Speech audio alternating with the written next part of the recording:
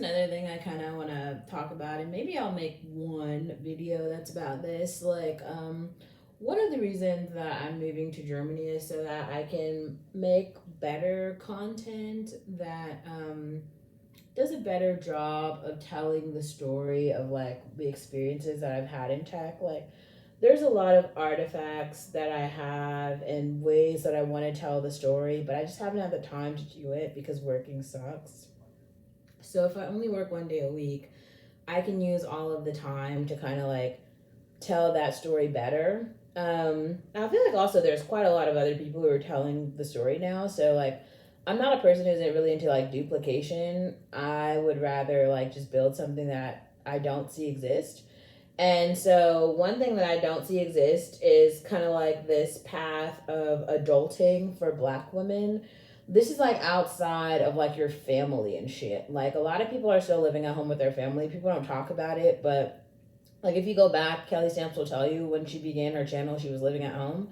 And so, or they have like 16 roommates, right? Like I don't have any roommates. All the videos that you got, all the content that you guys see of me, I try to do it in like different places, but I'm not like cropping out other people.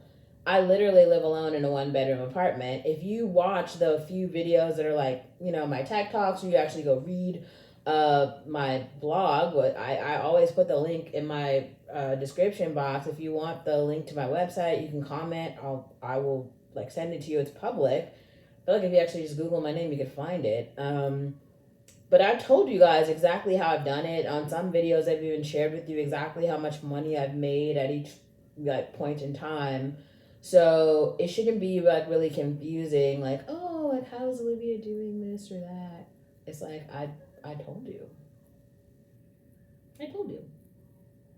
And because the thing that I believe in is equity, and specifically it's like equity for black women. So the reason that I'm not doing that thing where I'm trying to like build some product that's not funded, like if there's some tech company or whatever that actually does give me some money to build something, I would build it and I would happily work on it. But I don't know, I think I've said so many mean things to people, to the Silicon Valley investors, that they are just all on the we hate Olivia train and we don't want to give her any money for anything because she believes in doing bad and we are good.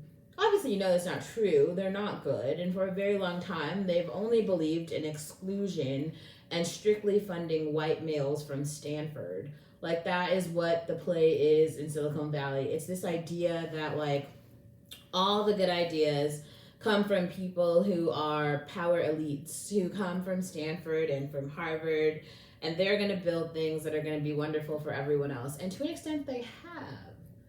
They have. To an extent. But also, I think some of you are failing to realize that a lot of the products that you guys are using every day are actually not profitable.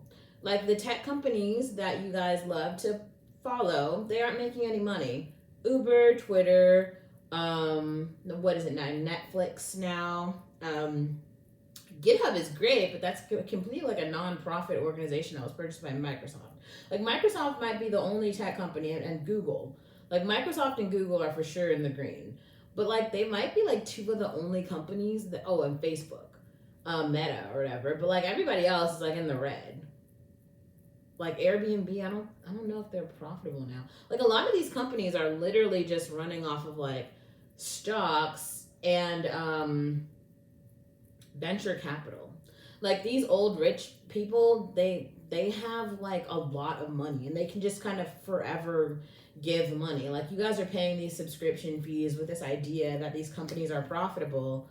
But the reality is they're not. And I think I heard either Kenya talk about it or I heard Amalia talk about it. I thought she was really cute. She made a video about, you know, how some of her friends are entering tech and they're making this like generational wealth money, and that's fact. You can do that.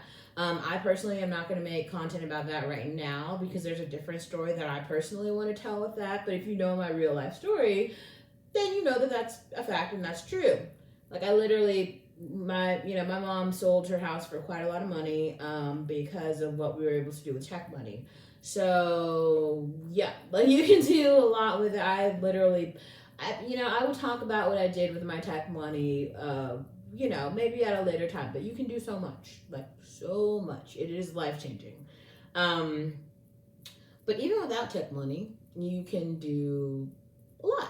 Like and so I just want to show other avenues, right? Because life is long. And every day you get to make a choice about, the things that you want to do and the things that you don't and how you want to live and what your values and beliefs are. And I'm a person who, since I was very young, I had very strong core beliefs and values. And I think one thing I've learned is like a lot of people will try to test you and change your values to mimic theirs. And it isn't really for the greater good. It's more like that misery loves company sort of, prerogative. Like they're not showing you a new path because they're like, this is good for society, or even it's not really even good for them either because they're probably suffering, but they've just never seen anyone who's like not suffering. So instead of like showing you some path where you're not suffering, they just have this belief like, well, I'm suffering, therefore everyone else should suffer too. And it's like, no, how about you just stop suffering, you fucking loser? Like that's what would, I don't know. This is why another reason, and this is like a whole different video, but we should just have other laws that tell different stories about suicide because I'm telling you, some people are living such awful lives that they should be able to die. Like, you cannot force someone to live an awful life. It's like either live a full life or let people die. That's what I honestly believe.